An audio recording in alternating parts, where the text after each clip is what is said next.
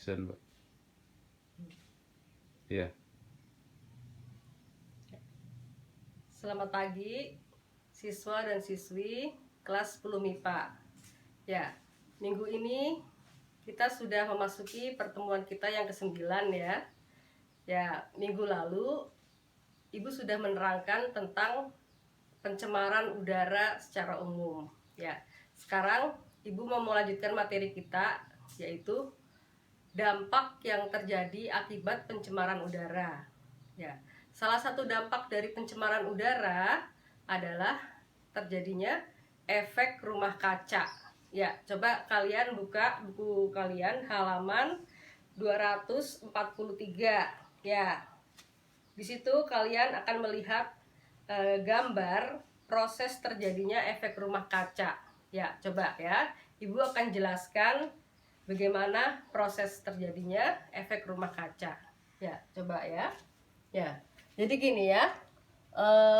Dalam keadaan normal, matahari yang menyinari bumi kita itu dipantulkan setelah matahari itu menyinari bumi kita, nanti sinar mataharinya, radiasinya itu akan dipantulkan kembali ke ruang angkasa. Jadi suhu di permukaan bumi akan tetap normal.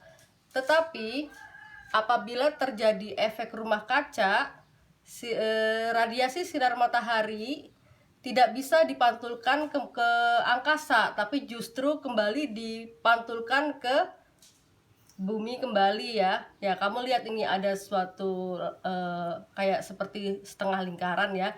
Ini adalah kondisi atmosfer bumi kita.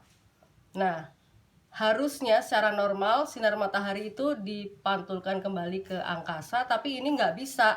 Jadi terperangkap oleh gas-gas rumah kaca. Jadi kembali dipantulkan ke bumi, sehingga menyebabkan suhu bumi itu menjadi naik ya.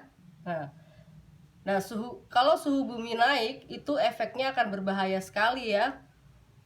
Es di kutub utara dan selatan bisa mencair ya. Dengan cairnya es di kutub utara dan selatan akan menyebabkan permukaan air laut menjadi naik dan bisa menenggelamkan pulau-pulau kecil di bumi ini ya. Ini bagaimana terjadi efek rumah kaca seperti ini? Ya, ini disebabkan oleh banyaknya pemakaian bahan bakar kendaraan bermotor ya, seperti bahan bakar fosil, bensin, hasil pembakaran dari bensin, hasil pembakaran dari solar, terus ini asap-asap dari cerobong pabrik, terus bisa juga disebabkan oleh proses pembakaran sampah atau pembakaran hutan ya. Dewasa ini banyak terjadi pembakaran hutan. Selain itu juga efek rumah kaca bisa disebabkan oleh pemakaian CFC. CFC itu singkatan dari klorofluorokarbon ya, atau yang lebih secara umum kita sering dengan istilah yang suka kita dengar tuh freon ya. Freon itu adalah zat pendingin yang ada di AC. Nah, ini contohnya juga gedung-gedung di perkantoran, pusat-pusat perkantoran juga hampir semuanya memakai AC. Nah, jadi ini terjadinya suatu perangkap ini disebabkan oleh gas-gas rumah kaca. Gas-gas rumah kaca itu contohnya seperti CO2 ya, CO2 yang dari hasil pembakaran sampah tadi, terus dari hasil pembakaran bahan bakar kendaraan bermotor. Nah, selain CO2 ada juga gas-gas rumah kaca, contohnya CFC juga. CFC juga merupakan salah satu gas rumah kaca. Dan selain itu juga asap-asap dari cerobong pabrik itu banyak mengandung gas-gas rumah kaca seperti sulfur dioksida, nitrogen dioksida dan sebagainya.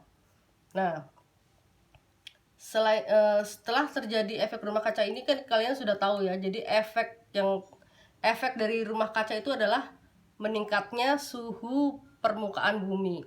Nah, sekarang bagaimana cara mencegah terjadinya efek rumah kaca? Cara pencegahannya adalah Ya, kita mungkin mengurangi ya, bisa mengurangi pemakaian bahan bakar fosil.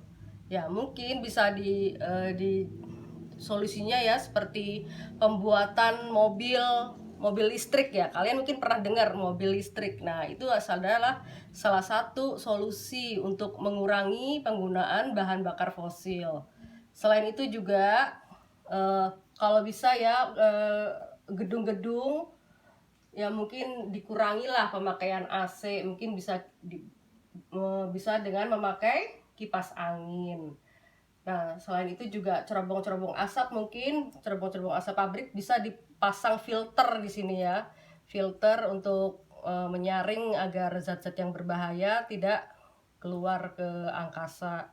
Nah, untuk CFC ini freon ya. Mungkin ini kan biasanya terdapat di itu ya obat nyamuk atau parfum. Nah, sedapat mungkin kita pakai obat nyamuknya yang obat nyamuk yang disemprot-semprot tuh kayak dulu ya, yang dipompa. Jangan memakai yang model seperti ini. Ini kan dalamnya ada aerosolnya ya. Mungkin kita kalau parfum juga kita jangan pakai yang spray ya. Usahakan kita mengurangi penggunaan CFC. Ya.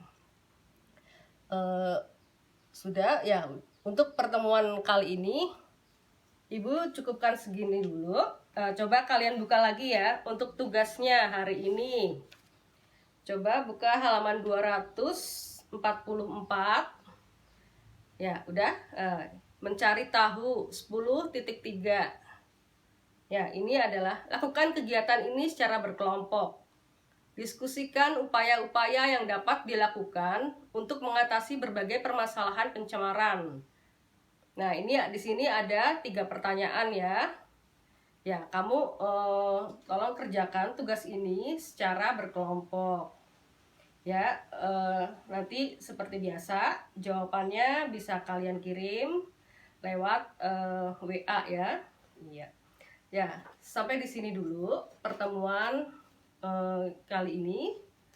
Sampai ketemu di pertemuan selanjutnya. Untuk pertemuan selanjutnya, Ibu akan menjelaskan tentang pencemaran suara. Ya, ya, selamat pagi.